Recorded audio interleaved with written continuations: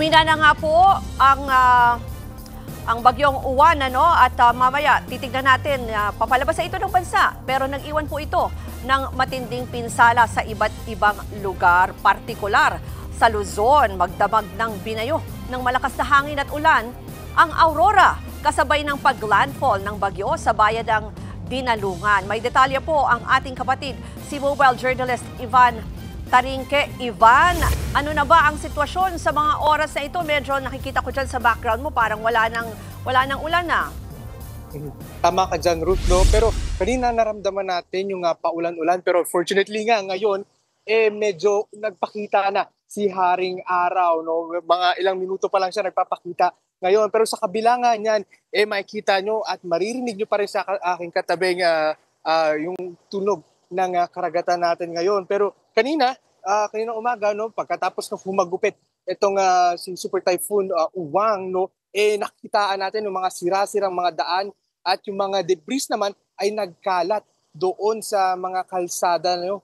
Dalayan ng mga malalakas na alon, no, mula doon sa dalampasigan ng Aurora. Sa may Sabang Beach naman, bumulwak at nasira ang walkway na ito nang matapos ang patsin ng mga malalakas na alon na dala ng Super Typhoon Uwan.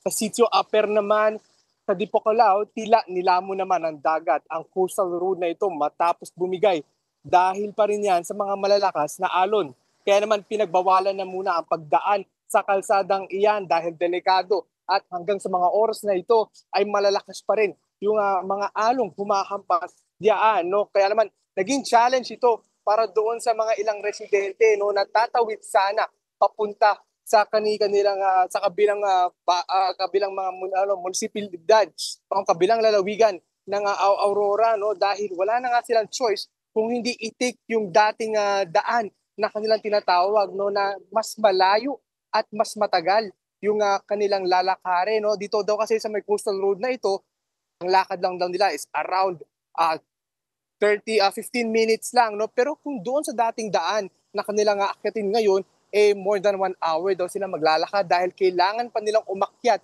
ng kabundukan. Yun yung challenge ngayon sa kanila, no.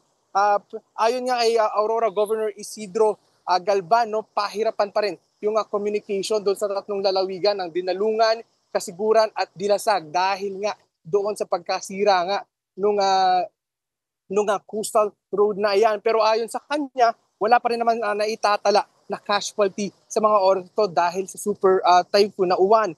Pero sa kabila niyan, mahigit 43,000 na individuals ang apektado ngayon.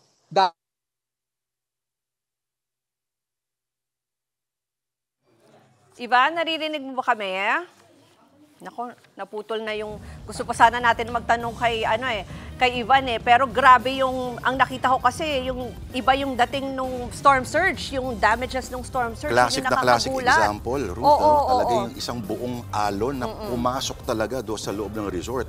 At dyan ngayon, pinasuspinde ang huling balita natin, yung rescue.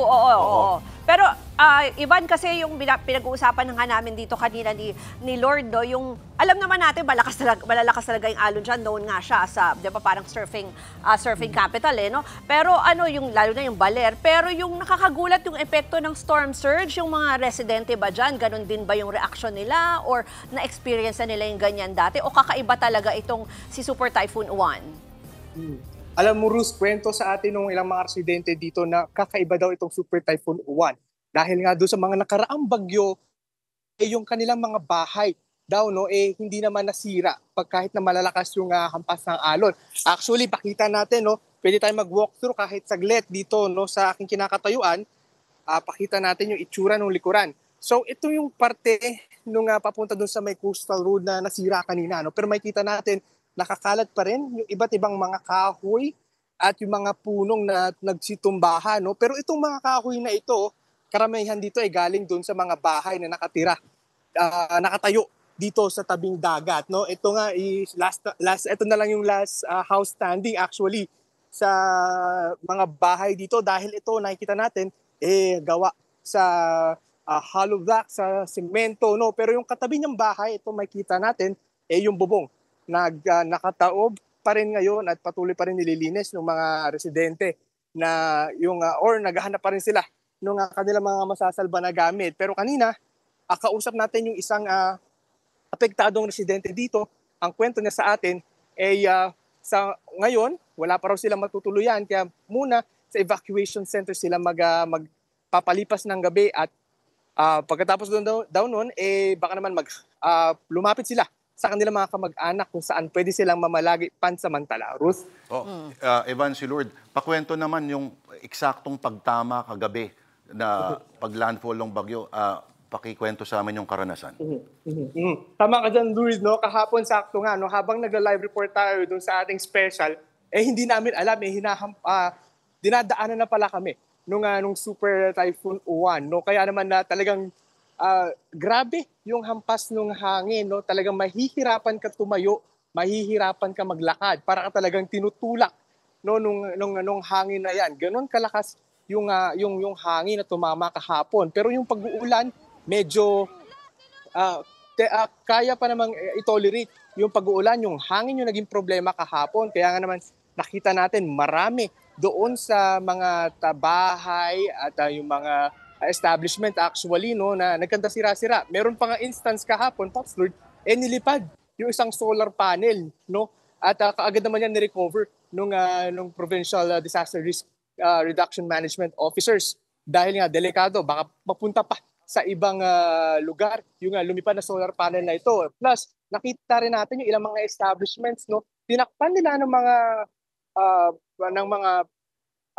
kahoy yung kanilang mga salamin sa kanilang mga establishmento para nga daw maiwasan yung pagkabasag ng mga ito. Pero bukod dyan, no, Pops Lord, ang kinatakot talaga ng mga residente talaga dito yung malalakas na storm surge dahil kakaiba talaga yung storm surge na naranasan dito dahil kahapon nga, umaga pa lang, parang ilang metro na yung taas ng mga alon dito sa Dipakulaw, Pops Lord. Ivan, yung mga kalye, mga saradong mga daan papunta dyan at palabas? Pops Lord, sa mga oras na ito, no, passable naman karamihan nung mga kalye dito. Unfortunately talaga, hindi talaga may iwasan. No? May ilang mga kalsada talaga na natabunan nung ilang mga debris ng mga kahoy. Minsan may mga nakita pa nga tayong gulong dahil yung mga gulong na yan, no, ginamit yan ng ilang mga residente, no, para pabigatin yung kanilang mga bubong para hindi hanginin ng malakas na hangin. No? Pero so far, sa ngayon, possible pa naman yung karamihan ng mga daanan dito. Ang hindi lang talaga possible yung sa may coastal road papunta doon sa northern na mga lalawigan dahil nga doon nasira at nagkabitak-bitak actually. Pops Lord, at nilamon. Evan, kuryente, signal, anong cellphone, kamusta? Pops Lord, yung sa kuryente naman, Pops Lord, kagabi nagkaroon ng brownout. No? Nawalan kami ng kuryente doon sa may aming pinagsistayan sa PDRMO. No? Pero saglit lang yan, after a few minutes, bumalik rin naman yung kuryente. Pero karamihan doon sa mga nakita natin at yung mga evacuation center na napuntahan natin kagabi, may gumagana namang kuryente.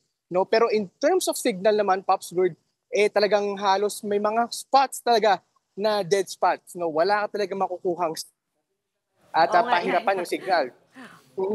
Kaya kailangan karamihan, ang tip sa atin ng ilang mga residente, mas malapit daw dun sa dagat, mas malakas yung signal. Pero I think sa mga oras na ito, hindi yan possible or hindi yan magandang idea na lumapit dun sa dagat para lang makakuha ng signal. Pops Lord. Yan po ang ulat ni Mobile Journal Ivan Tarinque mula sa Aurora. Ingat ka dyan.